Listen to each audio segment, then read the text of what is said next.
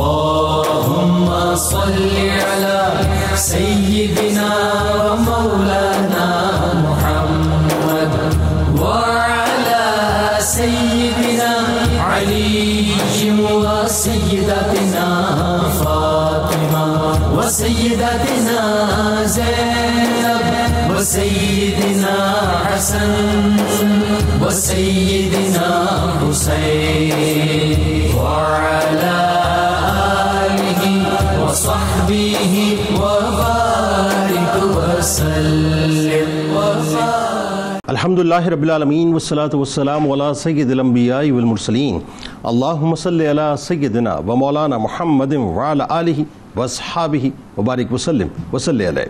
دنیا کے تمام دیکھنے والوں کو، تمام چاہنے والوں کو، تمام پیار کرنے والوں کو، اور جہاں جہاں تک اس وقت میری آواز کو سنا اور مجھے دیکھا جا رہا ہے، جنید اقبال کی جانب سے انتہائی محبت کے ساتھ السلام علیکم۔ ایک بار پھر ناظرین، آپ کو پر نور صبح میں، صبح نور کے ساتھ میں دل کی گہرائیوں سے خوش آمدید کہتا ہوں۔ آئیے بلا توقف چلیں گے حضرت ابو انیس محمد برکت علی علیہ رحمہ کی تالیف اسماء النبی کریم صلی اللہ علیہ وآلہ وسلم سے رسول اللہ صلی اللہ علیہ وآلہ وسلم کا ایک اسم مبارک پڑھنے اور سننے کی سعادت حاصل کرتے ہیں۔ سیدنا مدینۃ العلم صلی اللہ علیہ وآلہ وسلم، ہمارے سردار علم کے شہر، درود و سلام بھیجے اللہ آپ صلی اللہ علیہ وآلہ وسلم پر، آپ صلی اللہ علیہ وآلہ وسلم کے آل پاک پر اور صحابہ کرام رضوان اللہ تعالیٰ علیہم اجمعین پر۔ حضرت عمر فاروق رضی اللہ تعالیٰ عنہ بیان کرتے ہیں کہ میں نے حضور نبی کریم صلی اللہ علیہ وسلم کو یہ فرماتے ہوئے سنا ہے کہ آپ صلی اللہ علیہ وآلہ وسلم نے ارشاد فرمایا کہ میں علم کا شہر ہوں اور علی اس کا دروازہ ہے، اور جو شخص علم کے شہر میں آنا چاہے وہ اس دروازے سے ہو کر آئے۔ ہمارے ساتھ آپ نے ضرور جڑے رہنا ہے ناظرین، کیونکہ آپ جانتے ہیں کہ سیدنا غوث العظم دستگیر حضرت شیخ عبد القادر جیلانی رضی اللہ تعالیٰ عنہ کی بارگاہ میں اور ان کی شخصیت کے مختلف پہلوؤں پہ ہم گفتگو کر رہے ہیں، اور آج انشاءاللہ جو ان کا علمی اور روحانی مقام ہے اس پہ انشاءاللہ بس ہم یوں سمجھ لیجئے کہ ہدیہ پیش کریں گے صاحب، بیان تو کیا کریں گے۔ حضور غوث العظم، غوث الثقلین، امام الطرفین، امام النقا، تاج الاصفیاء، کتب ربانی، شہباز لامکانی، رہبر شریعت و طریقت، ناصر سنت، سید الزاہدین، رہبر عابدین، کتب الاکتاب، غوث سمدانی، شیخ عبد القادر جیلانی رضی اللہ تعالیٰ عنہ کا ناظرین روحانی مقام اور مرتبہ اور علمی مقام اور مرتبہ اس قدر بلند ہے، اس قدر بلند ہے کہ وہ بیان کے بیان سے باہر ہے۔ یہ جملہ ناظرین میں یوں سمجھ لیجئے کہ سمبولک پیش نہیں کر رہا، یہ حقیقت بیان کر رہا ہوں کہ وہ بیان سے باہر ہے کہ آپ کے شیخ طریقت شیخ خواجہ ابو سعید مخزومی رحمۃ اللہ علیہ، آپ کے استاد فقہ و شیخ خرقہ ہونے کے باوجود فرمایا کرتے تھے کہ اے عبد القادر، وہ وقت آنے والا ہے کہ تمہاری ذات مرجع خلائق ہوگی اور تم سے رشد و ہدایت کا ایسا دریا جاری ہوگا، ایسا دریا جاری ہوگا کہ جس سے فیض حاصل کر کے ہزاروں بندگان خدا سیراب ہوں گے۔ یہ کوئی معاصر شخصیت نہیں کہہ رہی، بلکہ آپ کے شیخ طریقت آپ کے لیے فرما رہے ہیں۔ ناظرین کرام، ذہن میں رکھیے کہ ہر ولی کو اللہ تبارک و تعالیٰ کی طرف سے ایک قدم ملتا ہے، ایک ولایت کا رنگ ملتا ہے، ایک مقام ملتا ہے، ایک انداز ملتا ہے، ایک اسلوب ملتا ہے، ایک طریقہ ملتا ہے۔ کسی ولی کو رنگ عیسیٰ علیہ السلام ملتا ہے، کسی ولی کو رنگ موسیٰ علیہ السلام ملتا ہے، کسی ولی کو رنگ ابراہیم علیہ السلام ملتا ہے، مگر حضور غوث العظم دستگیر حضرت شیخ عبد القادر جیلانی رضی اللہ تعالیٰ عنہ وہ مبارک ہستی ہیں جو خود فرماتے ہیں کہ جو رنگ مجھے ملا ہے وہ رنگ مصطفیٰ صلی اللہ علیہ وآلہ وسلم ہے، جو قدم مجھے ملا ہے وہ قدم مصطفیٰ صلی اللہ علیہ وآلہ وسلم سے ملا ہے۔ یعنی ہر ولی کا الگ قدم ہے اور میں تو قدم مصطفیٰ صلی اللہ علیہ وآلہ وسلم پر فائز ہوں۔ مصطفیٰ کریم صلی اللہ علیہ وآلہ وسلم کا مقام مرتبہ ہم کیا بیان کریں صاحب، کہ مقام یہ ہے کہ وہ بدر الکمال ہیں، یعنی وہ منتہائے کمال کے بھی بدر ہیں۔ ناظرین کرام، اب ذرا سوچئے کہ جن کا بدر منتہائے کمال پر ہوگا ان کی ذات میں فنا ہونے والی ہستی کا کیا ہی مقام اور مرتبہ اور کیا ہی عالم ہوگا۔ سیدنا غوث الورا کی فنائیت کا یہ عالم تھا کہ آپ کا وجود بھی وجود مصطفیٰ صلی اللہ علیہ وآلہ وسلم میں فنا ہے، آپ کا حسن بھی حسن مصطفیٰ صلی اللہ علیہ وآلہ وسلم میں فنا ہے، آپ کا ظاہر بھی ظاہر مصطفیٰ صلی اللہ علیہ وآلہ وسلم میں فنا ہے، آپ کا باطن بھی باطن مصطفیٰ صلی اللہ علیہ وآلہ وسلم میں فنا ہے، آپ کا جمال بھی جمال مصطفیٰ صلی اللہ علیہ وآلہ وسلم میں فنا ہے، آپ کا کمال بھی کمال مصطفیٰ صلی اللہ علیہ وآلہ وسلم میں فنا ہے، آپ کا سر بھی سر مصطفیٰ صلی اللہ علیہ وآلہ وسلم میں فنا فنا ہے.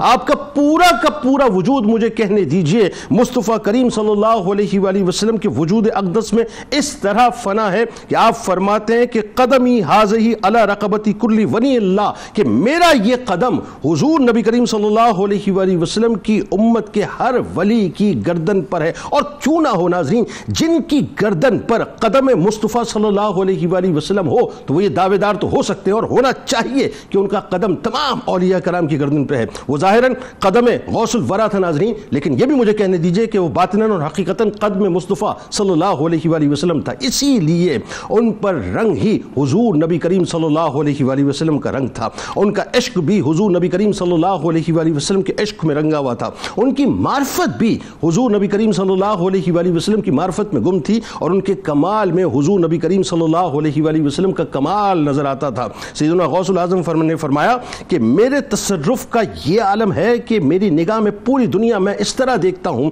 جیسے میری ہتھیلی پر ایک رائی کا دانہ ہے. رائی کے دانے کی کیا حیثیت ہوتی ہے ناظرین, اس طرح سے سیدنا غوث العظم پوری دنیا کو دیکھا کرتے تھے. جن کی نگاہ میں پوری دنیا سمٹ کر آ جائے تو ذرا سوچئے کہ ان کے روحانی مقام اور مرتبے کا کیا عالم ہوگا. اور اسی طرح آپ کے علمی مقام کے پیش نظر آپ رضی اللہ تعالیٰ عنہ کو امام اکبر کہا جائے تو غلط نہ ہوگا, بلکہ یوں کہیے کہ آپ رضی اللہ تعالیٰ عنہ علم میں بھی غوث العظم ہیں اور ولایت میں بھی غوث العظم ہیں. اور خود فرماتے ہیں کہ درست العلم حتی صرت قطبا ونلت السعادة من مولا الموالی, یعنی میں علم پڑھتے پڑھتے قطب ہو گیا اور میں نے اللہ تعالیٰ کی مدد سے سعادت کو پا لیا. آپ جلیل القدر مفسر اور امام فقہ بھی تھے, اپنے دور کے جلیل القدر ائمہ آپ کے تلامذہ تھے جنہوں نے آپ سے علم حدیث, علم تفسیر, علم العقیدہ, علم فقہ, تصوف, معرفت, فنی علوم, حتیٰ کہ فتاوی یا دیگر علوم جو ہے وہ آپ سے حاصل کیے. بس یوں آخری جملے ادا کر رہا ہوں کہ 13 علوم ناظرین سوچئے بیک وقت, آج ایک علم میں ہم پی ایچ ڈی کر لیتے ہیں نا صاحب, پوری عمر گزر جاتی ہے, ماسٹرز کرتے ہیں پوری عمر گزر جاتی ہے. 13 علوم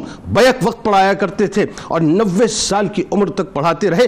3000 طلبہ عالم بن کر آپ کے مدرسے سے فارغ التحصیل ہوتے تھے. 40 ایئرز آپ نے تبلیغ کا کام کیا ہے. اگر ملٹیپلائی کریں تو 1,20,000 علماء آپ نے اپنے علم کی بنیاد پہ علمی میدان کے لیے ایک مجاہد کے طور پہ تیار کیا. آغاز کرتے 3 شخصیات ہمارے ساتھ موجود ہیں, یقیناً کسی تعارف کے موت. پہلی شخصیت ممتاز عالم دین محترم جناب مفتی ارشاد حسین سعیدی صاحب تشریف فرما ہیں. دوسری شخصیت ممتاز عالم دین جناب مفتی سید ذوالفقار شاہ گیلانی صاحب تشریف فرما ہیں. اور تیسری شخصیت ممتاز عالم دین جناب علامہ حافظ محمد اویس صاحب تشریف فرمائے. تینوں آپ کو السلام علیکم, خوش آمدید. اور آخر میں انشاءاللہ ملک کے معروف شناخت جناب قاری اسد الحق صاحب منقبت کا نذرانہ پیش کریں گے. آپ سے آغاز کرتے ہیں مفتی صاحب. دل تو بہت چاہ رہا تھا کہ کچھ اور گفتگو کی جائے, کیونکہ غوث پاک کی شخصیت ہی ایسی ہے صاحب, آپ گفتگو کرتے جائیں ایسے لگتا ہے کہ جیسے شہد جو ہے وہ گھلتا جا رہا ہے آپ کے منہ میں. میرا خیال ہے کہ سب سے پہلے یہ بڑی ایک پریکٹیکل اپروچ ہے اور اس پہ گفتگو اس طرح سے بھی ہونی چاہیے. غوث پاک کی شخصیت کو جب ہم ڈسکس کرتے ہیں تو مجھے ایسا لگتا ہے کہ کمیونیکیشن گیپ ہے, کہ ٹرانسمٹ اس طرح سے نوجوانوں میں نہیں ہوا کہ ہم کرامات یا یوں کہیے کہ ما فوق العقل کسی ہستی کو ہم ڈسکس کر رہے ہوتے ہیں. ایکچولی علم کی تحصیل کے لیے جتنی آپ نے جد و جہد کی, جتنی قربانیاں تھیں, اس سفر کا لوگوں کا سننا اور ان کو پتہ چلنا بہت ضروری ہے, تاکہ پتہ چلے صاحب کہ پریکٹیکل اپروچ آپ کی کیا تھی. ایک بات, جن مسائل سے گزرے, جن مصائب سے گزرے, وہ تمام بیان کیجئے, آغاز کیجئے. بہت شکریہ جنید بھائی, اور آپ نے انتہائی اہم پہلو کی طرف توجہ دلائی, اور یہ ضروری ہے کہ ہم اپنے اکابرین کی شخصیت کے, ان کی زندگی کے ان پہلوؤں کو ہم دیکھیں اور سمجھیں اور پھر ان سے سبق حاصل کرنے کی کوشش کریں. دیکھیے, اس بات میں کوئی شک نہیں کہ حضور شیخ الکل ابو محمد محی الدین شیخ عبد القادر جیلانی رضی اللہ تعالیٰ عنہ, آپ کو اللہ رب العزت نے جو روحانی مقام عطا فرمایا ہے آقا علیہ السلام کی امت کے اندر, وہ کسی سے ڈھکا چھپا نہیں ہے. اور یہ جو روحانی مقام ہے آپ کا, یہ بلا شبہ اللہ رب العزت نے آپ کو عالم ارواح سے ہی عطا فرمایا ہے. اللہ. تو جب یہ سارے مقامات آپ کے ایسے ہیں کہ جو عالم ارواح سے آپ کو حاصل ہیں, تو آج تو ہم یہ بات بہت سارے اولیاء کرام کے بارے میں کہتے ہیں اور کہہ سکتے ہیں کہ وہ مدرزاد ولی تھے, یعنی پیدائشی طور پر ولی تھے, لیکن آپ تو عالم ارواح سے ان تمام مقامات کے حامل ہیں. اس کے باوجود اللہ رب العزت نے انہیں ظاہری طور پر ان تمام حالات سے گزارا, ان تمام اسباب سے گزارا, ان تمام مسائل سے گزارا. گویا شخصیت جو بنی ہوئی تھی اور مسلم تھی اللہ کے ہاں عالم ارواح سے ہی، اسے بھی اللہ رب العزت نے دنیاوی تقاضوں اور اسباب کے تحت ان سارے حالات اور مسائل سے گزار کر اپنی منزل مقصود تک پہنچایا. اللہ، یہ ہمارے لیے پیغام ہے اس بات کا کہ اگر آپ کو اللہ رب العزت کی جانب سے کچھ نعمت مقدر کر دی گئی ہے، تب بھی آپ کو اس نعمت کے حصول کے لیے اور اپنا استحقاق ثابت کرنے کے لیے دنیاوی تقاضوں کو پورا کرنا پڑتا ہے. اور آج ہم دیکھتے ہیں کہ ہم سمجھتے ہیں اور یہ چاہتے ہیں کہ ہمیں کرنا کچھ بھی نہ پڑے اور ہم سب کچھ بن جائیں. بالکل صحیح ہے، صبح آنکھ کھولیں کامیابی ہمارے قدم چومے. تو ہم یہ چاہتے ہیں کہ کچھ نہ کرنا پڑے اور سب کچھ بن جائیں. تو جو سب کچھ تھے اور جن کو اللہ اور اس کے رسول نے سب کچھ بنایا، انہوں نے بھی سب کچھ کرنے کے بعد اپنے آپ کو ثابت کیا کہ آؤ دیکھو ہمیں مرتبے اور مقامات ایسے نہیں ملے، ہم اس قابل ہیں. کیا اچھی بات. تو حضور شیخ عبد القادر جیلانی رضی اللہ تعالیٰ عنہ کی حیات کے اندر جب ہم تحصیل علم کے پہلو کو دیکھتے ہیں تو آپ کو آقا علیہ الصلوۃ والسلام کا یہ فیض عطا ہوا. جیسے آپ خود فرماتے ہیں کہ میرا جو قدم ہے، ولایت کا طریق ہے، وہ قدم محمدی صلی اللہ علیہ وسلم کے اوپر ہے. تو آپ کو آقا علیہ الصلوۃ والسلام کا یہ فیض بھی حاصل ہوا شان یتیمی، کہ آپ کے والد گرامی کا انتقال ہوتا ہے تو آپ کی تربیت آپ کی والدہ کے سپرد ہوتی ہے، پھر آپ کے نانا آپ کی تربیت کرتے ہیں.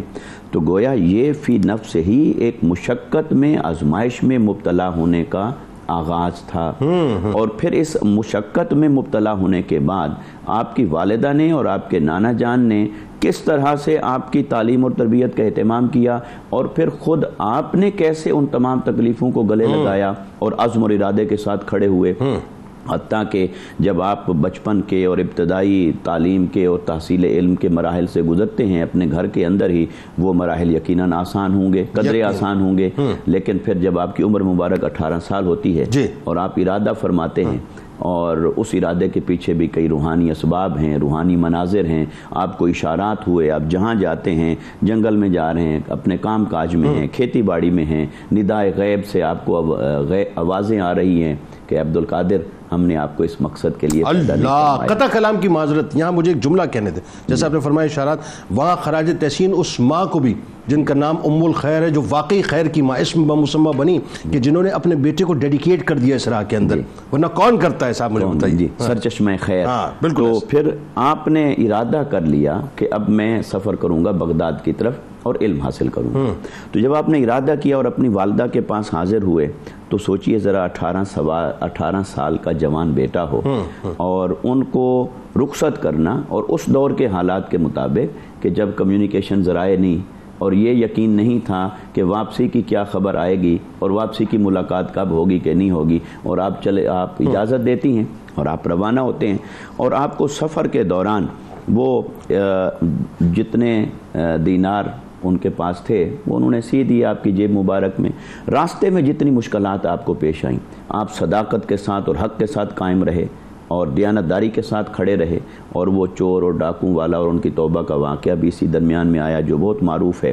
مگر آپ نے اپنے حصول علم کا جو سفر تھا جاری رکھا تاکہ بغداد پہنچتے ہیں، اور وہاں جا کر فقہ میں جب آپ کو صحبت ملتی ہے حضرت ابو سعید مبارک مخزومی رحمۃ اللہ تعالیٰ علیہ کی، حدیث میں حضرت ابو بکر بن مظفر رحمۃ اللہ تعالیٰ علیہ کی، اور تفسیر میں ابو محمد جعفر اور ان جیسی اور ہستیاں اور اکابرین جو بغداد میں تشریف فرما تھے.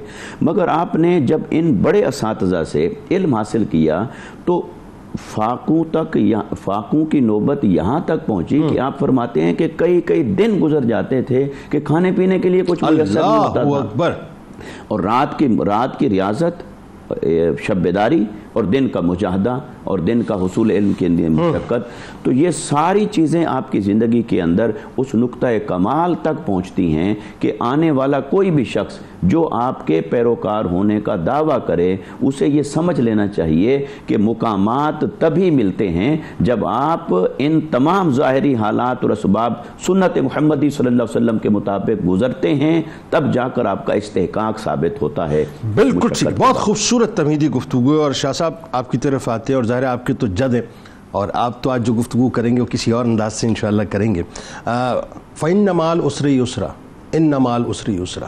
جب میں قرآن کی ان آیات کو دیکھتا ہوں تو ظاہر ہے میرے ذہن میں فوراً تصور حضرت شیخ عبد القادر جیلانی رضی اللہ تعالیٰ عنہ کے ان 20 دنوں کا آ جاتا ہے جو تحصیل علم کے سلسلے میں، یعنی فقر کی اور فاقے کی یہ مطلب عالم ہو چکا تھا کہ کھانے کو کچھ بھی نہیں تھا، اور اس وقت آپ وہ ہر تنگی کے بعد آسانی کے تصور کو، کیونکہ اللہ کا وعدہ ہے، اس تصور کو اپنے ذہن میں قائم کر کے ان آیات کی تلاوت کیا کرتے تھے۔ اور پھر وہ 2 مصرعے نا کہ نامی کوئی بغیر مشقت نہیں ہوا، 100 بار جب عقیق کٹا تب نگیں ہوا۔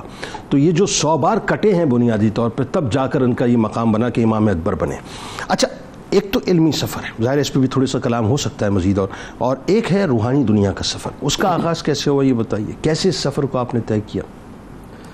بسم اللہ الرحمن الرحیم۔ سب سے پہلے تو میں یہ عرض کر دوں کہ روحانیت کسی بھی شخصیت کی، اس کی ابتدا کا اندازہ لگانا ایک ممتنع امر ہے، بہت مشکل امر ہے، اور بالخصوص حضور سیدنا غوث پاک رضی اللہ تعالیٰ عنہ و ارضہ ونہ کی روحانیت، اس کی ابتدا یا اس کی انتہا، اس کا اندازہ لگانا میں یہ سمجھتا ہوں کہ یہ اولیاء کرام کے بس کی بھی بات نہیں ہے۔ حقیقت یہی ہے کہ حضور غوث پاک رضی اللہ تعالیٰ عنہ و ارضہ ونہ کی روحانیت کی ابتدا کہاں سے ہوئی، اس پر ہم صرف وہی بات کر سکتے ہیں جو ما یطاق بالبشر جس کو کہا جاتا ہے، کہ انسان اپنی عقل اور اپنی یوں سمجھیے کہ استعداد کے مطابق، یا کچھ وہ روحانی قوتیں جو اس کو اللہ تعالیٰ نے عطا فرمائی ہیں، اس کے مطابق جہاں تک پرواز کر سکتا ہے وہاں جا کر وہ بات کر سکتا ہے کہ حضور غوث پاک رضی اللہ تعالیٰ عنہ کا روحانی سفر یہاں سے شروع ہوا۔ اللہ، لیکن اس پوری کائنات میں جو میں حضور غوث پاک رضی اللہ تعالیٰ عنہ کے آپ کے اسفار، بالخصوص جو روحانی اسفار ہیں، اور اسی طریقے سے آپ کے وہ روحانی مقامات جو کتب میں لکھے گئے، ان کو دیکھ کر میں اس نتیجے پر پہنچا ہوں کہ اس پوری دنیا میں کوئی اللہ کا ولی بھی ایسا نہیں ہے کہ جو حضور غوث پاک رضی اللہ عنہ و ارضہ عنہ کے اس روحانی سفر کی ابتدا کا تعین کر سکے۔ کیا کہنے، انتہا تو چھوڑے جائے کہ انتہا کی بات کی جائے، کیا اچھی بات۔ تو یہاں پر میں صرف ایک حوالہ دوں گا آپ کو کہ آپ کی سیرت پر بڑی مشہور کتاب یہ بہجت الاسرار میرے ہاتھ میں، اور آپ کی سیرت پر جو کتب لکھی گئیں ان میں سب سے مستند، معتبر اور معتمد کتاب ہے، اور اس کے بارے میں محدثین یہ کہا کرتے ہیں کہ یہ اپنی سند کے علو کے اعتبار سے، یعنی اپنی سند کے بلندی کے اعتبار سے معطا امام مالک کے درجے کی سند رکھتی ہے۔ اچھا، جی ہاں، اور اپنی سند، اور یہ متفق علیہ بات ہے۔ جی ہاں، بالکل محدثین کا اس پر اتفاق ہے، اور اس بات پر بھی باقاعدہ کتب لکھی گئی ہیں۔ اچھا، کہ حضور غوث پاک رضی اللہ عنہ کی سیرت پر جو کتب لکھی گئیں ان میں سے بہجت الاسرار و معدن الانوار کا درجہ علو اسانید کے اعتبار سے معطا امام مالک کی درجے کا ہے، کیا کہن،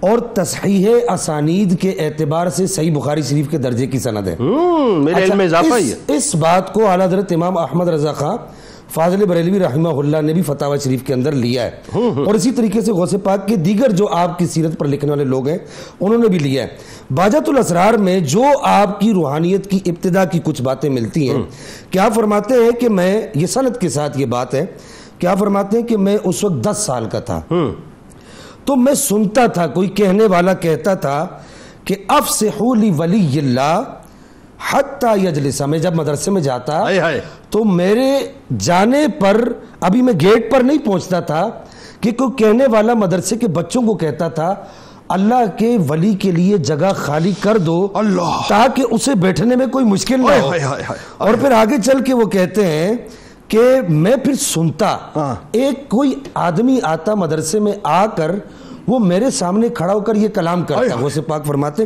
یہ کلام کرتا، وہ کہتا ہے کہ میں نے آج اللہ کے فرشتوں کی آواز سنی ہے، اللہ، وہ یہ آپس میں باتیں کر رہے تھے، وہ کہہ رہے تھے کہ سیکون لہ شأن عظیم، کہ یہ وہ فرد کامل ہوگا اور فرد الافراد ہوگا کہ آنے والے ادوار میں اس کی عظیم شان ہوگی، ھذا یعطی فلا یمنع، اس کو سب روحانیت کے مراتب دیے جائیں گے، اسے منع نہیں کیا جائے گا، اس سے کوئی پردہ نہیں رکھا جائے گا. اللہ، یہ بہت بڑی بات ہے. اللہ، اگر صرف اس پر کلام کیا جائے کہ اس سے کوئی پردہ نہیں رکھا جائے گا تو میں سمجھتا ہوں کہ مجالس درکار ہے. ایک مجلس نہیں بلکہ مجالس درکار ہے. یعنی ہماری آنکھیں، ہمارا علم پردے میں ہے، ان کے لیے سارے پردے اٹھا دیے. کہا سب پردے سے اٹھا لیے جائیں گے. اور پھر آگے کہا کہ جیسے حضرت مفتی صاحب نے ابھی کہا کہ آپ جب کھیلنے کے لیے جاتے تھے، وہ بھی اسی کتاب میں موجود ہے، تو آپ کو کہا جاتا تھا کہ سمعت قائلا یقول لی، کہ مجھے کہا تھا، کہتا تھا کہ الا این یا مبارک.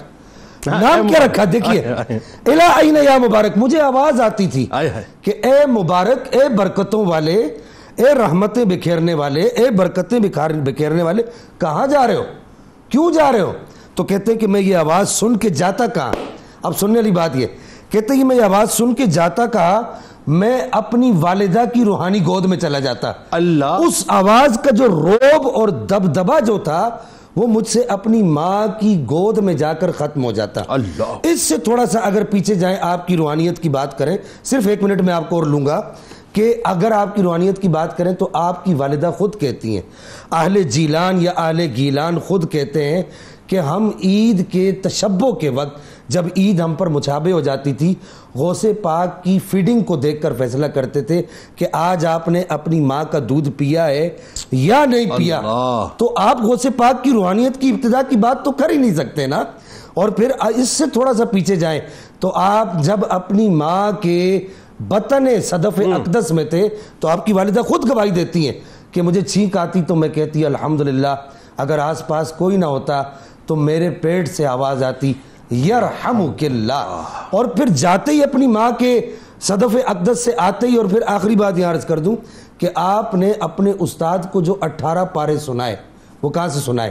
وہ اسی روحانی طاقت سے سنائے. بالکل. بس آخر میں عرض کر دوں کہ حضور غوث پاک کے مقامات کی انتہا تو بڑی چیز ہے، ابتدا کبھی پتہ نہیں لگایا جاتا. سبحان اللہ. اچھا، اس میں ایک پریکٹیکل اپروچ پہ بھی ہم بات کریں گے کہ پریکٹیکل اپروچ وہ جو 25 برس، یعنی 25 برس وہ کہ جب آپ ظاہری عمر میں 25 برس کو پہنچ چکے، اور 25 برس وہ جو آپ روحانی اسفار کرتے رہے، مجاہدات اور ریاضات. میں اگلے اسپیل میں جب آپ کے پاس آؤں گا تو اس کو یہاں سے جوڑوں گا، تھوڑا سا میں تشنا چھوڑ رہا ہوں اس بات کو. علامہ صاحب، اب بات آ گئی کن کن علوم پر آپ نے دسترس حاصل کی اور کون کون سی تصانیف آپ کی مشہور زمانہ ہیں. میں چاہتا ہوں اس پہ ذرا کامنٹ کرنے سے پہلے یہ بات ضرور بتائیے کہ آج کا ایک عام اسٹوڈنٹ، وہی بات ہے جو میں نے ابتدا میں بات کہی، کسی ایک سبجیکٹ میں ماسٹرز کر لیتا ہے، وہ اپنی زندگی کا حاصل سمجھتا ہے. مطلب آپ سوچئے غوث پاک کو اللہ تبارک و تعالیٰ نے کیا علوم کا خزانہ عطا کیا تھا. آغاز کی. بسم اللہ الرحمن الرحیم. جی یقیناً سننے والوں کے لیے اس عنوان پر یہ سب سے اہم بات ہے، کیونکہ پریکٹیکل اور عملی زندگی سے اس کا بڑا تعلق ہے کہ ایک وہ شخص کے جس کے بارے میں بچپن سے ہی یہ اعلان کر دیا گیا ہو کہ اس سے پردے اٹھا لیے گئے ہیں اور اس کو سب کچھ عطا کر دیا گیا ہے، اس کے باوجود غوث پاک کی ساری زندگی آپ 2 حصوں میں تقسیم کر سکتے ہیں. Very good. پہلے حصے میں آپ نے تمام علوم سبکن پڑھے ہیں ظاہری، اور دوسری زندگی میں آپ نے سارے علوم سبکن پڑھائے ہیں. آپ کی ساری زندگی تحصیل علم اور علم کو تقسیم کرنے میں ہی بسر ہوئی. سبحان اللہ. اور آپ نے اپنے سارے روحانی مقامات کو، اس کی جو بنیاد بنایا ہے وہ علم ہی کو بنایا ہے کہ درست العلم،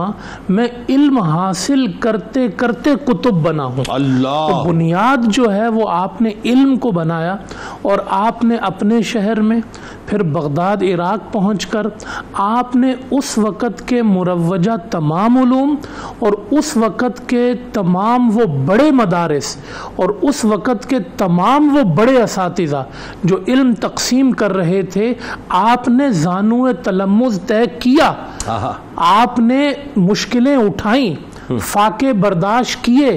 یہ تو آپ کو سیرت میں نظر آئے گا کہ آپ نے اتنے دن کھانا نہیں کھایا، مگر یہ آپ کو سیرت میں نظر نہیں آئے گا کہ اس دن آپ بغیر علم کے رہے.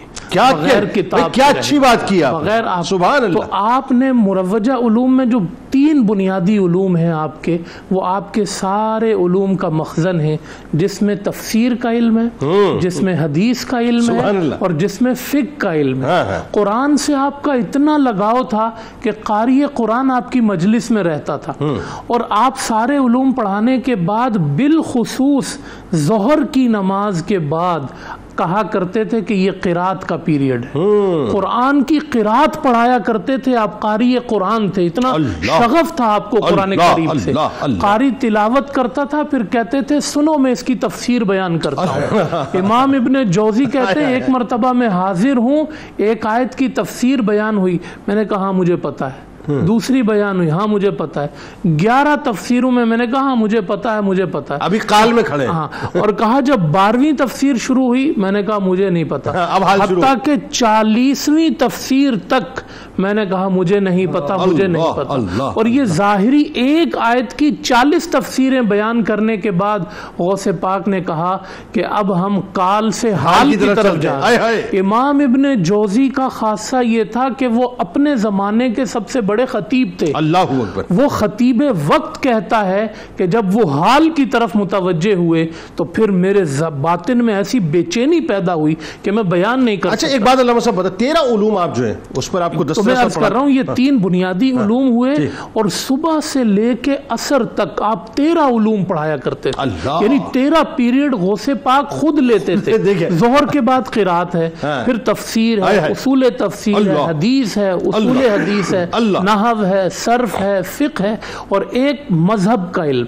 یعنی تمام مذاہب پہ آپ کی نظر. پھر اس کے بعد خلافیات کا ایک پیریڈ ہے، اختلاف رائے کیسے کیا جاتا ہے، ہمارے اکابر کے اختلافات میں کس اختلاف کا کیا معاملہ ہے. اچھا موضوع ہے. یہ ساری چیزیں حضور غوث پاک کی دسترس میں تھیں، اور آپ اس کو طلبات پڑھایا.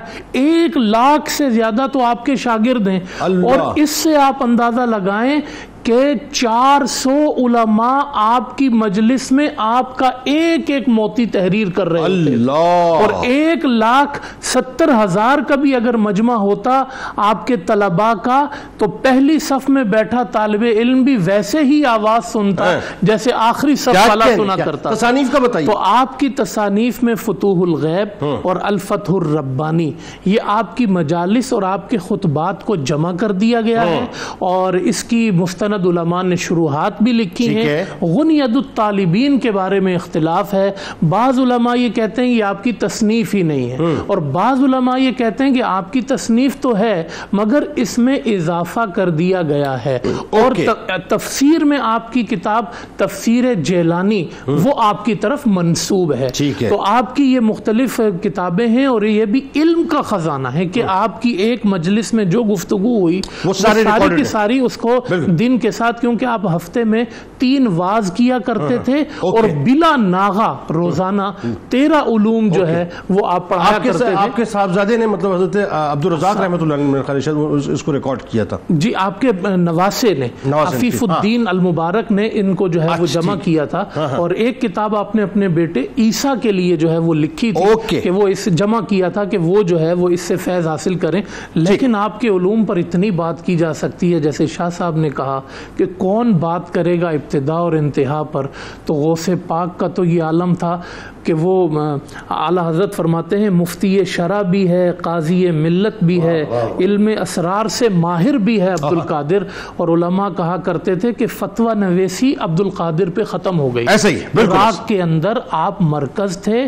اور سب سے بڑی بات یہ کہ آپ فتویٰ دینے میں کہتے تھے کہ فتویٰ مل تو جاتا ہے لیکن کمال یہ ہے کہ جتنے جلدی ملتا ہے یہ کہیں سے ہمیں. یعنی امیزنگ بات یہ ناظرین، یہ جو مفتی صاحب بات فرما رہے ہیں، میں اس کو اگر تھوڑا سا اس بات کو اور آگے ٹو کروں کہ پورے عراق سے آپ کے پاس مسائل آتے تھے فتاووں کے لیے، ظاہر مطلب جب خطوط آتے تھے آپ انسٹنٹ جواب دیتے تھے. یہ کیسی بات ہے؟ یعنی آپ یہ نہیں فرماتے تھے کہ میں کسی بک کا ریفرنس لے لوں یا میں ریفرنس چیک کر لوں یا پریویس کوئی فتویٰ اس کی روشنی، نو، یعنی اللہ تعالیٰ نے آپ کو جو علم لدنی عطا کیا تھا، ایسا لگتا ہے جیسے بلا تمثیل عرض کر رہا ہوں، اگر آپ اس کو یوں سمجھ لیجئے کہ اچھا گوگل نے تو بڑے مسائل ویسے حل کر دیے نا، یعنی یوں سمجھ لیجئے، چلیں آسان کر کے میں آپ کو سمجھا دیتا ہوں کہ اس وقت آپ کو فرض کیجئے کہ کوئی پرابلم ہے، کوئی کسی چیز کو سرچ کرنا ہے آپ اس کو گوگل کرتے ہیں. اللہ تبارک و تعالیٰ نے آپ کو وہ برین عطا کیا تھا اور علم لدنی کا وہ فیضان عطا کیا تھا کہ اتنی بھی دیر نہیں لگتی تھی، یعنی یہاں سوال آتا تھا وہاں جواب جو آپ دے دیا کرتے تھے. ہمارے ساتھ رہیے صاحب، لوٹتے ہیں انشاءاللہ تو سلسلے کو وہیں سے جوڑیں گے اور پھر آپ کو یہ بتلائیں گے کہ اللہ تبارک و تعالیٰ نے جو آپ کو خاص روحانی مقام عطا کیا اور جو تصرفات عطا کیے یہ بھی بڑے کمال ہیں اور بڑے سمجھنے والے. درود پاک سرکار کی بارگاہ میں. اللهم صل على سيدنا ومولانا محمد وعلى سيدنا علي وسيدتنا فاطمة وسيدتنا زينب وسيدنا حسن وسيدنا حسين وعلى وصحبه وبارك وسلم. اللهم صل على سيدنا ومولانا محمد وعلى سيدنا علي وسيدتنا فاطمة وسيدتنا زينب وسيدنا حسن وسيدنا حسين وعلى آله وصحبه وبارك وسلم. ایک بار پھر ناظرین میں آپ کو خوش آمدید کہتا ہوں حضرت شیخ عبدالقادر جیلانی رضی اللہ تعالیٰ عنہ کی بارگاہ اقدس میں، یعنی ان کے علمی اور روحانی مقام اور مرتبے پر گفتگو ہو رہی ہے. میں ایک جملہ ادا کرنا چاہتا ہوں یہاں پر اور انتہائی عقیدت کے ساتھ آپ کی بارگاہ میں. یہ جو روحانی مقام ناظرین جس میں ہم بات کر رہے ہیں، ایکچولی یہ جو علمی اور روحانی مقام ہے نا، اس کی اپنی ایک کنیکٹیویٹی ہے. اس علم کا فیضان باب مدینۃ العلم سے بھی ہے، مدینۃ العلم سے بھی ہے.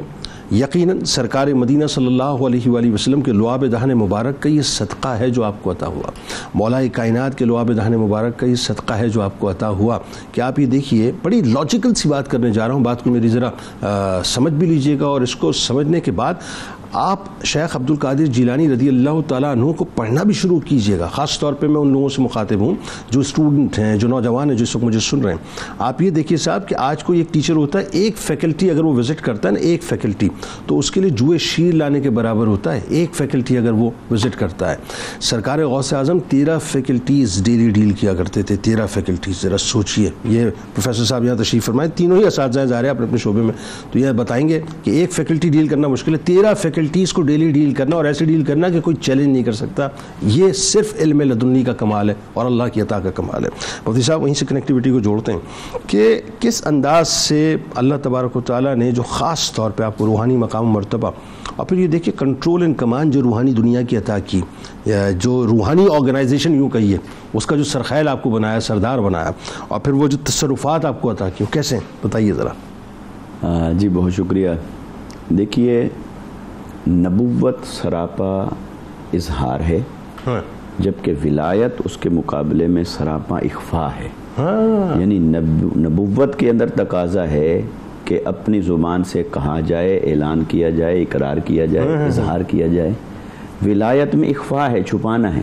ٹھیک ہے. اور حضرت داتا گنج بخش علی حجویری رضی اللہ تعالیٰ عنہ نے اپنی کتاب کشف المحجوب کے اندر ایک باب میں اس پر بحث کی ہے کہ جو اولیاء کرام ہوتے ہیں، کیا ان کو اپنے ولی ہونے کی معرفت ہوتی ہے کہ نہیں؟ کیا انہیں علم ہوتا ہے کہ میں ولی ہوں کہ نہیں؟ تو آپ نے اس کا خلاصہ یہ بیان فرمایا کہ یہ احوال مختلف ہوتے ہیں. بعضوں کو ایسا علم ہوتا ہے، بعضوں کو ایسا علم نہیں ہوتا. بالکل ٹھیک ہو گیا. لیکن جب ہم حضور شیخ الکل ابو محمد محی الدین شیخ عبدالقادر جیلانی رضی اللہ تعالیٰ عنہ کو دیکھتے ہیں تو نہ صرف یہ کہ آپ کو مقام ولایت کا علم تھا، بلکہ اس کے اظہار پر آپ مامور ہوئے. اللہ. اور ایسا بہت کم ہوتا ہے. ایک ہے اظہار کرنا، ایک ہے اظہار پر مامور ہونا. تو آپ اس اظہار پر معمور ہوئے تھے. سبحان تبھی آپ نے بغداد کے منبر پر بیٹھ کر یہ فرمایا تھا کہ قدمی حاضہی علی رقبۃ، میرا یہ قدم مبارک ہر ولی کی گردن پر ہے، اور شرق سے غرب تک ہر ولی نے آپ کے سامنے اپنی گردن کو خم کیا. اچھا، بلکہ قصیدہ غوثیہ میں تو خود آپ نے اظہار فرمایا اپنے مقام و مرتبے کا، بتائیے نا. اور قصیدہ غوثیہ کے اندر بھی اور دیگر اپنے مکتوبات میں، اپنے واعظ و نصیحت میں، بیان میں آپ نے اس کا اظہار بھی فرمایا. تو جو آپ کو اللہ رب العزت نے روحانی مقام اور تصرف عطا فرمایا تھا، جیسا کہ قبلہ شاہ صاحب نے بیان فرمایا، بلا شبہ یہ بات ایسے ہی ہے، اور یہی قرین ادب ہے کہ آپ کے مقام اور مرتبے کو اولیاء کرام نہ جان پائے تو میرے جیسا ناچیز، کم عقل اور نافہم کیسے جان پائے. اور یہ کہ آپ کے مقام ولایت کی اور مقام روحانیت کی ابتدا کو جاننا سمجھنا ہمارے بس میں نہیں. چاہے جائے کہ آپ کے احوال اور آپ کی منزل اور آپ کے مقام کو کوئی جانے اور سمجھے، مگر آپ نے جو اپنے بارے میں خود بیان فرمایا اس سے ہمیں خوشبو ضرور ملتی ہے کہ بھی آپ کے احوال کیا تھے اور آپ کے مقام اور مراتب کو آپ نے کیسے بیان کیا. مثلا آپ کا جو قصیدہ مبارک ہے اس میں آپ ایک خود بیان فرماتے ہیں، فمن فی اولیاء اللہ مثلی ومن فی العلم والتصریف حالی. آپ فرماتے ہیں کہ کون ہے اولیاء اللہ کے اندر جو میرے جیسا ہو. یعنی اولیاء اللہ کے اندر اپنے بے مثل ہونے کا بیان آپ خود فرما رہے ہیں، اور یہ جو اظہار ہے آپ کی طرف سے یہ اس پر آپ مامور تھے اور یہ آپ ہی کا منصب ہے. اور پھر آپ فرماتے ہیں کہ اسی طرح علم میں اور تصریف میں، تصریف کہتے ہیں تصرف یعنی جو کرامات ہیں، تو اس تصریف کے اندر، تصرف کے اندر، تکوینی امور کے اندر جو مجھے تصرف حاصل ہے من جانب اللہ، اس میں کون ہے جو میرا مثل ہو. اسی طرح آپ فرماتے ہیں، نظر تو الی بلاد اللہ جمعاً، مجھے اللہ تبارک و تعالیٰ نے مشاہدہ کی یہ قوت عطا فرمائی ہے کہ میں نے سارے ملکوں کو اور ساری زمین کو اپنی ہتھیلی پر ایسے دیکھا ہے جیسے کوئی کخردلۃ علی حکم اتصالی، جیسے کہ ایک دانے کو دیکھتے ہیں، رائی کے دانے.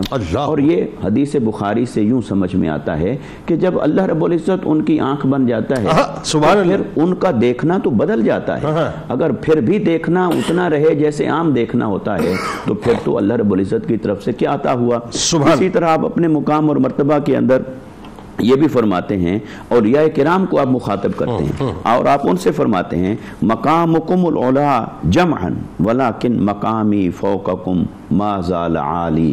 آپ فرماتے ہیں کہ اے اولیاء کرام، تمہارے مقامات اور مراتب بھی بڑے اونچے ہیں، بڑے بلند ہیں، لیکن تم سب کے اندر جو میرا مقام اور مرتبہ ہے وہ اللہ رب العزت نے مجھے بہت اس میں بے مثل رکھا ہے. اور آخری بات ہے کہ یہ بھی عرض کروں آپ ہی کے قصیدہ مبارک میں آپ فرماتے ہیں، انا فی حضرت تقریب وحدی، کہ میں قرب الہی کے اندر میں جس مقام پر ہوں وہ فردیت کا مقام ہے.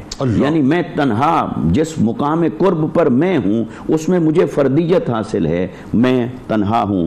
اور یصرفنی وحسبی ذوالجلالی، اور میرے رب ذوالجلال نے مجھے تصرفات عطا فرمائے ہیں. سبحان اللہ. تو گویا کہ خلاصہ کلام یہ کہ ولایت میں تو اخفا ہوتا ہے، مگر آپ نے اظہار بھی فرمایا اور اظہار پر مامور بھی ہوئے. بالکل. اور اسی آپ کے اظہار سے ہمیں جھلک ملتی ہے کہ اللہ نے آپ کو کیا مقام دیا. اور اسی سلسلے میں اگر اسی سلسلے کو جوڑتے ہوئے شاہ صاحب، اگر قصیدہ غوثیہ ہی کی بات کی جائے کہ جہاں آپ اپنے روحانی مقام اور مرتبے کو خود بیان کریں، اور دیکھیں یہ بیان کرنا بھی، میں تو اس بات کو یوں دیکھتا ہوں، اگر عام طور پہ دیکھا جائے بلا تمثیل بات کروں تو یہ لوگ سمجھیں شاید تفاخر کے زمرے میں آتا ہے، لیکن اللہ نے کیا آپ کو مقام اور مرتبہ عطا کیا کہ آپ فخر سے اس مقام کو بیان کرتے ہیں، اور اس کی ایکسیپٹیبلٹی قیامت تک اسی انداز سے جو ہے وہ سر جھکا کے لوگ کرتے رہیں گے. قصیدہ غوثیہ میں جو علمی مقام اور مرتبہ بیان کیا آپ نے اپنا، وہ بھی کیسا شاندار ہے، بتائیے ذرا. پہلی بات تو میں جنید بھائی یہ عرض کر دوں کہ آپ کے قصائد اس کے علاوہ 10 اور بھی ہیں. اچھا. آپ کے قصائد کی تعداد بعض لوگوں نے 10 لکھی ہے اور اس کو ملا کر 11 شمار کی جاتی ہے. قصیدہ غوثیہ چونکہ آپ کے سب سے یوں سمجھیے کہ کم ترین وہ لوگ جو لوگ وہ آپ کے اقوال اور آپ کی وہ واردات جو آپ پر اللہ تعالیٰ کی طرف سے ہوئیں یا رسول اللہ کی طرف سے ہوئیں، تو وہ جو لوگوں کو کچھ سمجھ آتی ہیں قصیدہ غوثیہ اس پر مبنی ہے. یعنی ایک عام آدمی کے ذہن کے مطابق یوں کہ عام آدمی سے تھوڑا سا آگے جائیے، تھوڑا سا آگے جائیے کہ عام ولی کے ذہن کے مطابق قصیدہ غوثیہ ہے. اچھا، یا یوں سمجھیے کہ عالم ربانی کے ذہن کے مطابق قصیدہ. اچھا ٹھیک ہے. اس کے علاوہ جو آپ کا قصیدہ لامیہ ہے یا آپ کا قصیدہ بائیہ ہے، اس کو تو یوں سمجھیے کہ ہمارے قبلہ استاد گرامی ابوالفتح شیخ الحدیث و تفسیر نصر اللہ خان قادری صاحب دامت رحمہ اللہ ارشاد فرمایا کرتے تھے کہ اس قصیدہ کو اگر اس کے کسی ایک شعر کو حرز جاں بنا لیا جائے، اللہ جل مجدہ الکریم اس آدمی کو قطبیت کے مقام پر فائز کر دیتا ہے. اللہ. دوسری بات میں یہ عرض کروں کہ علم، آپ جتنے بھی حضور غوث پاک کے قصائد پڑھیں، میں نے تقریباً غوث پاک کے 6 قصائد سبقاً اپنے استاد گرامی کے پاس ماشاءاللہ، وہ 6 قصائد میں ہمیں 4-5 سال لگ گئے. تو ان 6 قصائد میں اس نتیجے پر پہنچا ہوں کہ حضور شہنشاہ بغداد، والی بغداد، شہنشاہ اولیاء نے اپنے ان تمام قصائد میں اگر کسی چیز کے مرتبے کو اعلیٰ اور عرفہ بیان کیا ہے تو وہ علم کا مرتبہ ہے. سبحان اللہ. اپنے باقی قصائد میں بھی یہی حال ہے. سبحان اللہ. یعنی حضور غوث پاک رضی اللہ عنہ و ارضا و انا کے نزدیک میں یہ ببانگ دوہل کہوں گا، آپ کے نزدیک مردہ زندہ کرنا کمال نہیں ہے. آپ کے نزدیک کسی آگ میں کود کر اس کو ٹھنڈا کرنا کمال نہیں ہے. سبحان اللہ. آپ کے نزدیک پہاڑوں کو ریزہ کرنا کمال نہیں. آپ فرماتے ہیں کہ کمال یہ ہے کہ تو رسول اللہ کی مشکات نبوت سے علوم نبوی کو حاصل کر. بھائی سبحان اللہ، کیا یہ سب سے بڑا کمال ہے. آپ خود فرماتے ہیں، جا بجا مقامات پر ارشاد فرماتے ہیں. اور اسی کو سامنے رکھ کر آپ نے فرمایا کہ آپ اگر پورا قصیدہ غوثیہ بھی دیکھ لیجئے، آپ نے فرمایا درست العلم حتی صرت کتبا. اور آپ اس پورے قصیدے کے اندر دیکھ لیجئے، پہلے مصرے کے بعد جو دوسرا مصرع جو آپ نے یہاں ارشاد فرمایا، ایسا آپ نے پورے قصیدے میں دوسرا مصرع ارشاد نہیں فرمایا کہ آپ نے فرمایا وَنِلْتُ السَّعْدَ مِن مَوْلَ الْمَوَالِي، کہ علم نے مجھے وہ مقام، وہ مرتبہ عطا فرمایا ہے کہ میں اپنے پاک پروردگار کی بارگاہ سے تمام سعادتوں کو، تمام ولایت کے مقامات کو، چاہے وہ عالم ملکوت ہو، چاہے وہ عالم جبروت ہو، چاہے وہ عالم شریعت ہو، طریقت ہو، معرفت ہو، حقیقت ہو، جتنے بھی مقامات ولایت اگر میں نے وہ حاصل کیے ہیں، وَنِلْتُ السَّعْدَ مِن مَوْلَ الْمَوَالِي، وہ میں نے درست العلم حتی صرت کتباً اس کے ساتھ حاصل کیا. اور پھر آگے اس کے بعد جو فوراً جو دوسرا دعویٰ کیا، دیکھیے آپ نے یہ بھی کہا کہ نظرت الی بلاد اللہ جمعا کخردلۃ علی حکم اتصالی، لیکن آپ نے اس کے بعد اتنا بڑا دعویٰ نہیں کیا جو دعویٰ آگے کر رہے ہیں. وہ کیا؟ آگے کہتے ہیں فمن فی اولیاء اللہ مثلی، کہ میں جب علم حاصل کر کے علم کا شاہ سوار ہو گیا اور علم کا بادشاہ ہو گیا، تو اب میں یہ اعلان کرتا ہوں فمن فی اولیاء اللہ مثلی، اللہ کے پورے کائنات کے اندر جتنے بھی ولی ہیں ان میں کون ایسا ہے جو میری مثل، یعنی کہ غوث پاک کے نزدیک تمام اولیاء سے افضل ہونے میں اگر کوئی چیز ہے تو وہ مرتبہ شأن العلم. بھائی سبحان اللہ، کیا خوبصورت گفتگو ہے، ماشاءاللہ کیا خوبصورت گفتگو ہے. اور یہاں اگر اسی بات کو اس طرح سے ہم جوڑ دیں کہ اسی علم کی وجہ سے اور پھر اسی روحانیت کی وجہ سے آپ کے اس مقام اور مرتبے کی وجہ سے جو آپ کے معاصرین ہیں، ان میں خاص طور پہ جو علماء ہیں، شیوخ ہیں، وہ جس انداز سے آپ کی بارگاہ میں سر جھکائے کھڑے ہیں صاحب، وہ بھی اپنی جگہ ایک نظیر ہے. یعنی کسی نے، یعنی دیکھیں نا، کسی نے کسی جگہ پہ آپ کے کسی مقام کو چیلنج نہیں کیا، ایون چیلنج کرنے کی طاقت بھی نہ رکھی. بتائیے ذرا. جی بالکل، دیکھیں جو مدرسہ حماد رحمۃ اللہ علیہ تھا، اس مدرسے کو آپ نے آگے بڑھایا، اس میں لاکھوں طلباء آپ کے پاس آئے، اور زمانہ اس بات کا معترف تھا کہ شیخ عبد القادر جیلانی رحمۃ اللہ علیہ کے مدرسے میں آپ کے معاصرین کہا کرتے تھے کہ ان کے مدرسے میں جانے کے بعد پھر کہیں اور جانے کی ضرورت نہیں پڑتی. سبحان اللہ. یعنی یہ ہوتا ہے نا کہ میں اس مدرسے سے یہ سبجیکٹ پڑھا ہے، اس مدرسے سے وہ سبجیکٹ پڑھا ہے، جو ان کے ہاں آ جاتا ہے، معاصرین کہا کرتے تھے اسے کہیں اور جانے کی ضرورت نہیں. آپ صرف مربی، صرف استاذ نہیں تھے، استاذ بھی تھے، مربی بھی تھے، اور ایک شاگرد آپ کا بڑا کند ذہن تھا، آپ بڑے صبر و تحمل سے اس کو بیٹھ کے پڑھا رہے ہوتے تھے کہ پڑھ پڑھ پڑھ. تو آپ کے ایک طرف تو یہ عالم ہے، اور دوسری طرف پھر آپ کی ان خوبیوں کی وجہ سے کسی کو اگر کچھ اپنے علم کا کوئی ذوم بھی تھا، کوئی علم کے اندر اس کو ایک اپنی کیفیت بھی محسوس ہوتی تھی، وہ اپنے فن کا بھلے امام بھی تھا، لیکن جب وہ حضور غوث پاک کی بارگاہ میں پہنچا ہے اور حقیقت جب اس کے سامنے ظاہر ہوئی ہے، تو آپ دیکھیں کہ امام یافعی شافعی رحمۃ اللہ علیہ کہ جو شوافع کے امام ہیں، وہ آپ کو کہا کرتے تھے غوث الورا، غیث الندى. آج لوگ کہتے ہیں نا آپ نے غوث کہہ دیا مدد.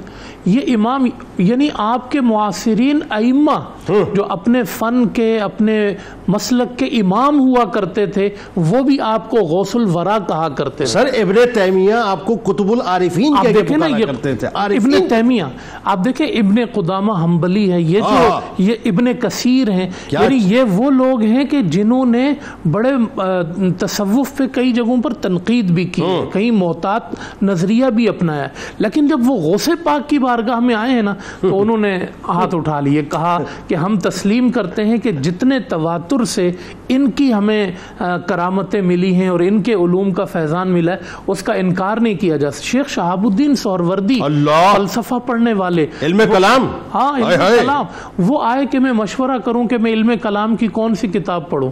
تو ابھی مشورہ کیا کرنا ہے؟ حضور غوث پاک نے ان کو دیکھا اور فرمایا کہ ایسی چیز پڑھو جو تمہیں قبر میں کام. یعنی آپ دیکھیے چچا جب ان کے لے کے آئے گئے علم کلام میں بڑے جڑے ہوئے، تو بس دستے مبارک کو سینے پہ پھیرا ہے، ایسا لگا کہ جیسے ایک وائٹ بورڈ ہے، اس کے اوپر جو تحریر لکھی ہوئی تھی اس کو مٹایا، پھر دوبارہ پھیرا تو ایک تحریر لکھ دی اور لوٹا دیا. یہ کون؟ شیخ شہاب الدین سہروردی سلسلہ سہروردیہ کے امام ہیں. کون بات کرے گا کہ اتنا تصرف حضور غوث پاک کا؟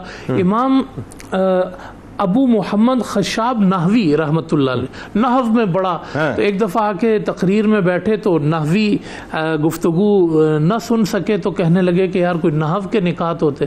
تو حضور غوث پاک نے بلایا اور فرمایا کہ ہماری مجلس میں بیٹھو، تمہیں سیبوے بنا دیں گے، یعنی جو اس نحو کا امام ہے وہاں پہنچا دیں گے. کہتے ہیں میں آپ کی مجلس میں بیٹھا اور پھر کہتے ہیں نحو، علم نحو کے وہ اصول اور وہ نکات مجھ پر منکشف ہوئے جو زمانے میں اور کسی پر نہیں ہوئے. اللہ.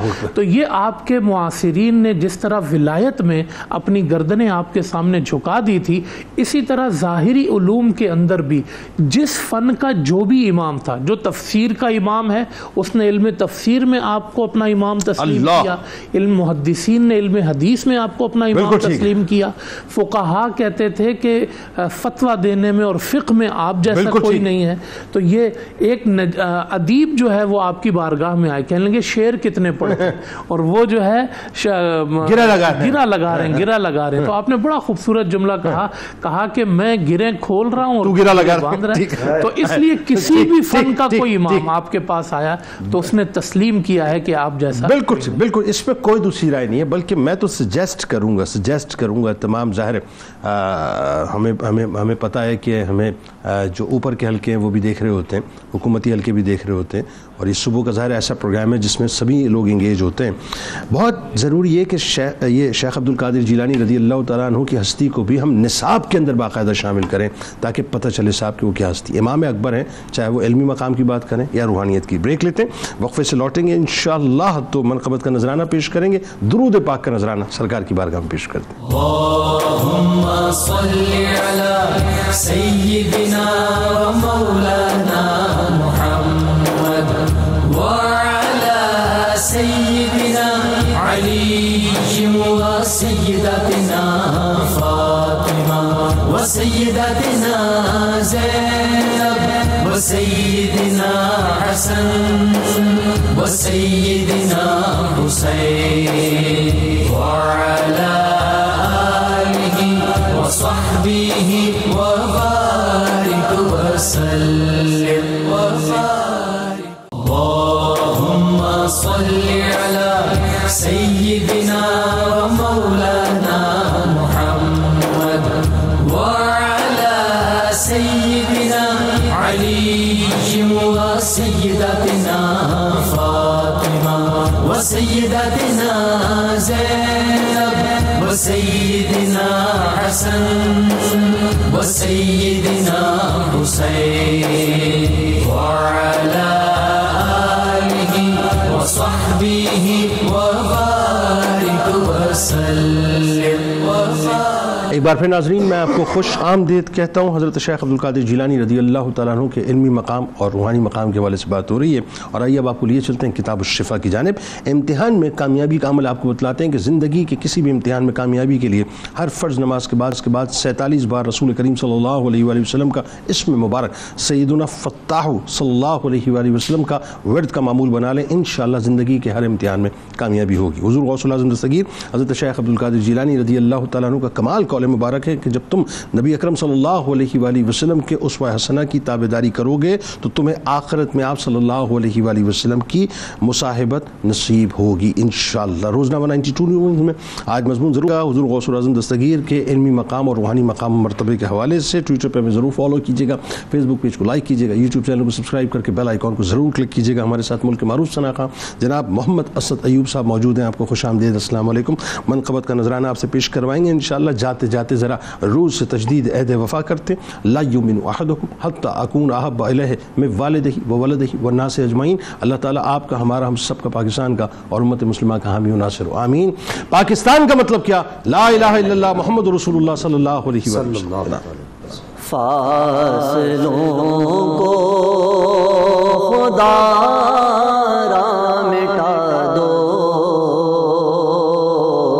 رخ سے پردہ اب اپنے ہٹا دو, اپنا جلوہ اسی میں دکھا دو, جالیوں پر نگاہیں جمی ہے جالیوں پر نگاہیں جمی ہے. غوث اعظم ہو غوث الورا ہو, نور ہو نور صلی علی ہو,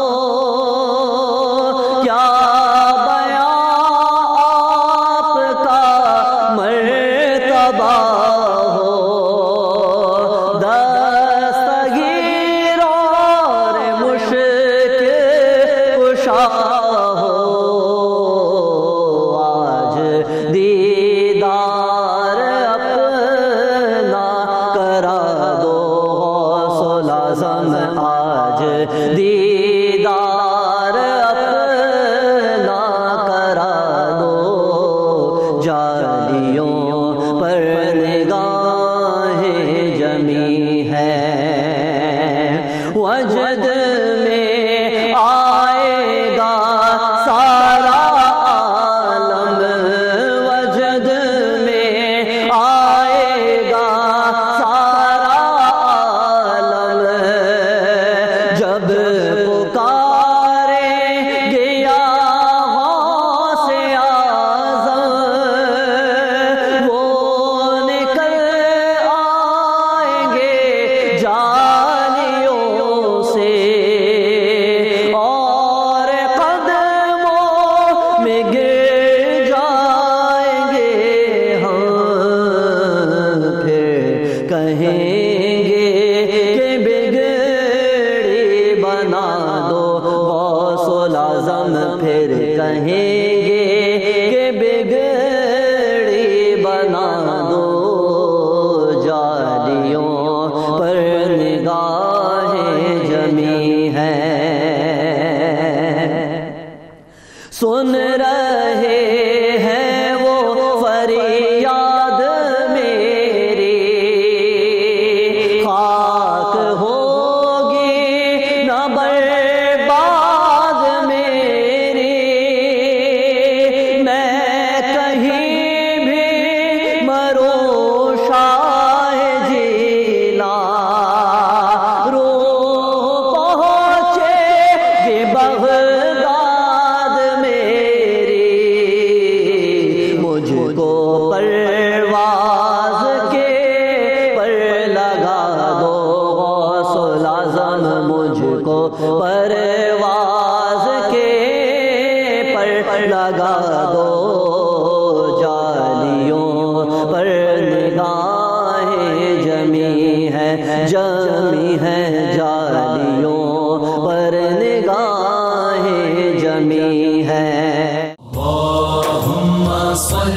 على سيدنا ومولانا محمد وعلى سيدنا علي وسيدتنا فاطمة وسيدتنا زينب وسيدنا حسن وسيدنا حسين وعلى آله وصحبه وبارك وسلم.